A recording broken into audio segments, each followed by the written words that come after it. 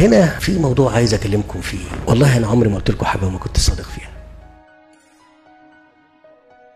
انا اقسمت بالله ان احنا ملناش طمع، وهتشوفوا ملناش طمع في اي حاجه. اتقدم لكم معلنا اعتزامي الترشح لرئاسه جمهوريه مصر العربيه. الاول اغني الناس اغنيهم. الجهاز المركزي بيتكلم بوضوح، تاني وضوح وشفافيه، ارتفاع نسبه الفقر، نسبه الفقراء بيزيدوا مش بيقلوا. والله انا عمري ما قلت لكم حاجه وما كنت صادق فيها. لن يحدث تصعيد في الاسعار. الارتفاع الاخير في الاسعار والتضخم والذي لم تشهده البلاد منذ سنوات حسب الارقام الرسميه. طبعا ده وعد ان احنا نحافظ على الاسعار دي. اصبروا وستروا. في مصر ما فيش مجال لديكتاتور، خلاص هيتم تداول للسلطه كل 4 سنوات. ان البرلمان وافق اليوم على اجراء تعديلات دستوريه تتيح للرئيس عبد الفتاح السيسي الاستمرار في المنصب حتى عام 2034.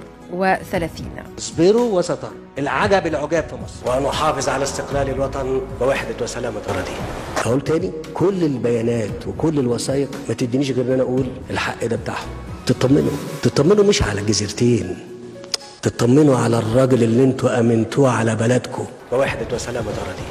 العجب العجاب في مصر، مفيش ضرر ان شاء الله على حاجه. كونوا مطمئنين تماما في اثيوبيا، في السودان وفي مصر. حكايه من حكايات الرعب ان نرى موقفا عدوانيا واضحا من اثيوبيا. كونوا مطمئنين تماما. ايه الوعد اللي انا قلته وربنا سبحانه وتعالى ما ساعدنيش على ان انا انفذه؟ انا بقول لك هعمل لك شبكه طرق في خلال سنه تمسك مصر كده. هبوط ارضي، انهيار ناتج عن الامطار. انا عارف انا بقول ايه. البرنامج الاصلاح الاقتصادي اللي احنا تحركنا فيه هو ده كان العلاج الناجع والحاسم. للواضح ان تاثير تحرير سعر الصرف وعمليات الاصلاح الاقتصادي وزياده الرسوم على سلع وخدمات مختلفه كانت هي العامل الجوهري في زياده الفقر. استمعوا إلى شبابكم، اعطوهم الفرصة للتعبير عن أنفسهم. موقف الشباب المحبوسين على ذمة قضايا. العجب العجاب في مصر. والله أنا عمري ما قلت لكم حاجة وما كنت صادق فيها. أنا والله ما أعرف هيقابلوا ربنا بالكذب ده كله إزاي، والله ما أعرف.